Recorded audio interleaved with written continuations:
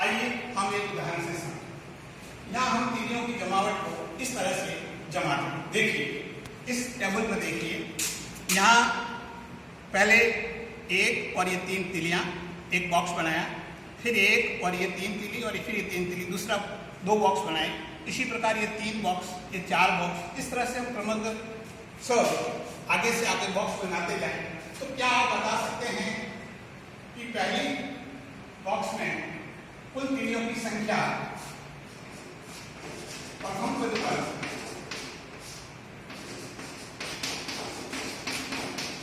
तीलियों की संख्या आप देख रहे हैं 1 + 3। इसी तरह से दूसरे पद पर तीलियों की संख्या आपको ढूंढनी है, तो आप देखेंगे 1 और फिर ये 3 और फिर ये 3, तो ये हो गया 1 + 3 + 3, या इसको लिख सकते हैं 1 + 3 × 1, इसको लिख सकते हैं 1 + 3 × 2। इसी तरह से यहाँ देख रहे हैं आप तीसरे पर, तो 1 + 3 × 1 2 3 3 × 3, और यहाँ 1 + 3 एक बार, 3 दो बार, 3 तीन बार, 3 4 बार। तो यहाँ पर तीसरे पद में आपका होगा 1 + 3 × 3 + 3 + 3 3 बार, 1 + 3। इसी तरह से चौथे पद में आपका होगा 1 + 1 2 3 और ये 4, 1 + 3। इस तरह से आप क्या बता सकते हैं कि पांचवें पद में कितनी तीली होगी? तो आपका उत्तर हो सकता है 1 + 3 × 5। अगर आपसे पूछा जाए कि 10वें पद में कितनी तीलियां होगी, तो आप बता सकते हैं 1 + 3 × 10। क्या आपने 10वें पद के अंदर तीलियों की संख्या ज्ञात करने के लिए क्या इस प्रकार से तीलियों को जमा के देखा? नहीं, आपने इस पैटर्न में एक नियम के आधार पर जो चल रहा था उस नियम को खोजा और उसका उपयोग करके उसका व्यापकीकरण या सामान्यीकरण किया, और सामान्यीकरण करके पता लगाया कि किसी भी पद पर तीलियों की संख्या पद संख्या के तिगुने से एक अधिक है। अर्थात 10वें पद पे ज्ञात करनी है तो 3 × 10 + 1। इसी तरह से अगर मैं कहूं कि nवें पद पर कितनी होगी, तो आपका उत्तर हो सकता है 1 + 3 × n। इस प्रकार आप इस पैटर्न पर कोई सा भी पद पर तीलियों की संख्या कितनी है बता सकते हैं। आइए एक दूसरा उदाहरण और देखते हैं। इस उदाहरण को गौर से देखो। यहाँ कुछ नीम के कच्चे बीजों को जमा के रखा है। आप देख रहे हैं कि पहले में बीजों को गिनिए, 3 और 2 4 और 3 5 और 4 6 और 6। अब इसमें एक पैटर्न ढूंढने का प्रयास करो। अगर आप इसको गौर से देखेंगे तो इसमें भी एक पैटर्न आपको नजर आ रहा है, और इसको गौर से जब देख रहे हैं तो आपको एक जो पैटर्न दिखाई दे रहा होगा वो इस प्रकार हो सकता है कि पहले पद पर जो है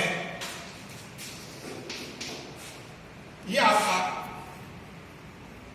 3 20 और ये 2, फिर आप देख रहे हैं ये 3 20 2 और ये 2, फिर आप देख रहे हैं 3 2 2, फिर आप देख रहे हैं 3 2 2 2।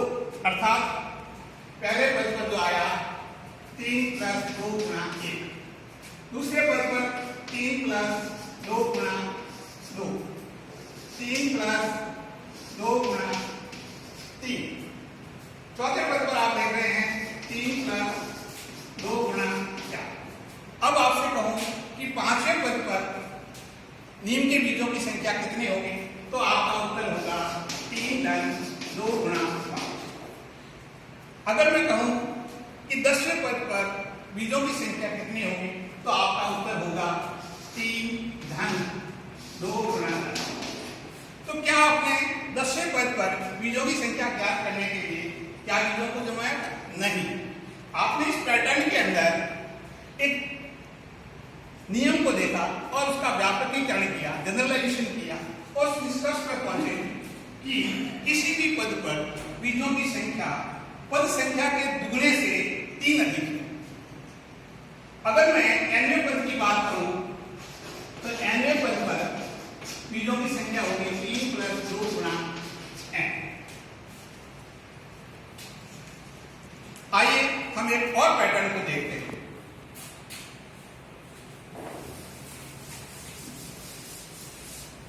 इस संख्या पैटर्न पे थोड़ा सा गौर कीजिए। इस पैटर्न को गौर से देखिए, ये पदमान है और ये उसकी पद संख्या है। पहला पद, दूसरा पद, तीसरा पद, चौथा पद और इस तरह से आगे बढ़ते हैं। तो क्या आप बता सकते हैं कि इसका 10वां पद कितना होगा?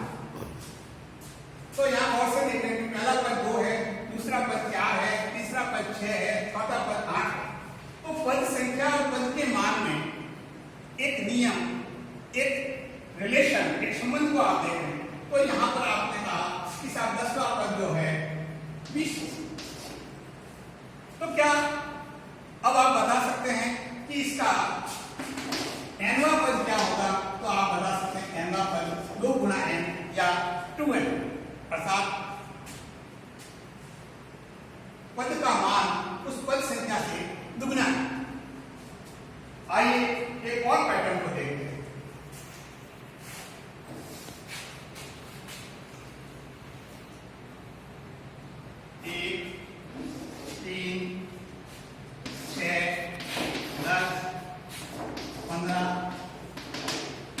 इस पैटर्न को थोड़ा सा गौर से देखिए और इसके अंदर जो जनरलाइजेशन है उसको ढूंढने का प्रयास कीजिए। अगर आप इसको गौर से देखेंगे, ये एक, दूसरा पद 2 और 1, तीसरा पद 3 धन 2 धन 1, चौथा पद 4 धन 3 धन 2 धन 1, पांचवा पद को देखें तो 5 धन 4 धन 3 धन 2 धन 1 की जोड़।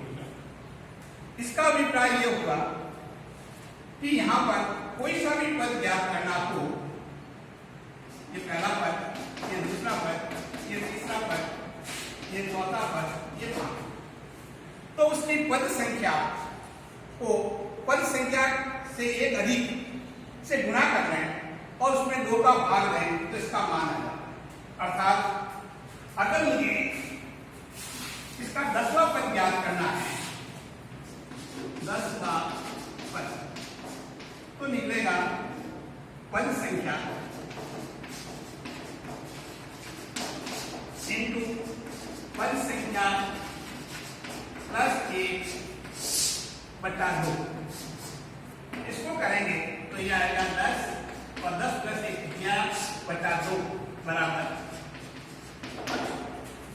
इसी तरह से यदि मैं कहूं इस श्रेणी का nवां पद क्या होगा, तो आपका उत्तर होगा n गुणा n प्लस 1 बटे 2। इस तरह से आपने इसका व्यापकीकरण कर दिया।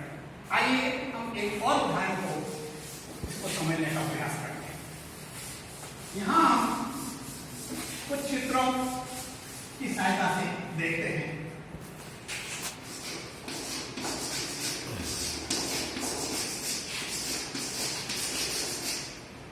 ये पहला पद, ये दूसरा पद, ये तीसरा पद, चौथा पद, पांचवा पद, छठा पद, सातवां पद, आठवां पद, नौवां पद, सॉरी ये 8वां पद, इसको खाली रखें। यहां इस पद को अंदर जो पैटर्न है उसको ढूंढने का प्रयास करें। गोला गोला स्टार, गोला गोला स्टार, गोला गोला और फिर क्या। इसी तरह से हम आगे पूछे कि बताइए 9वां पद क्या होगा, तो आपका उत्तर हो सकता है 4। अगर मैं कहूं कि 15वां पद क्या होगा, तो आप कहेंगे 3 पे है, फिर 6 पे है,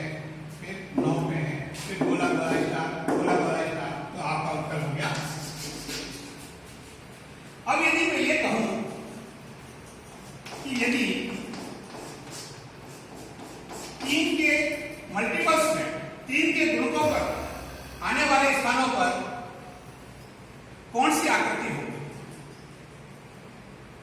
तो आप देखेंगे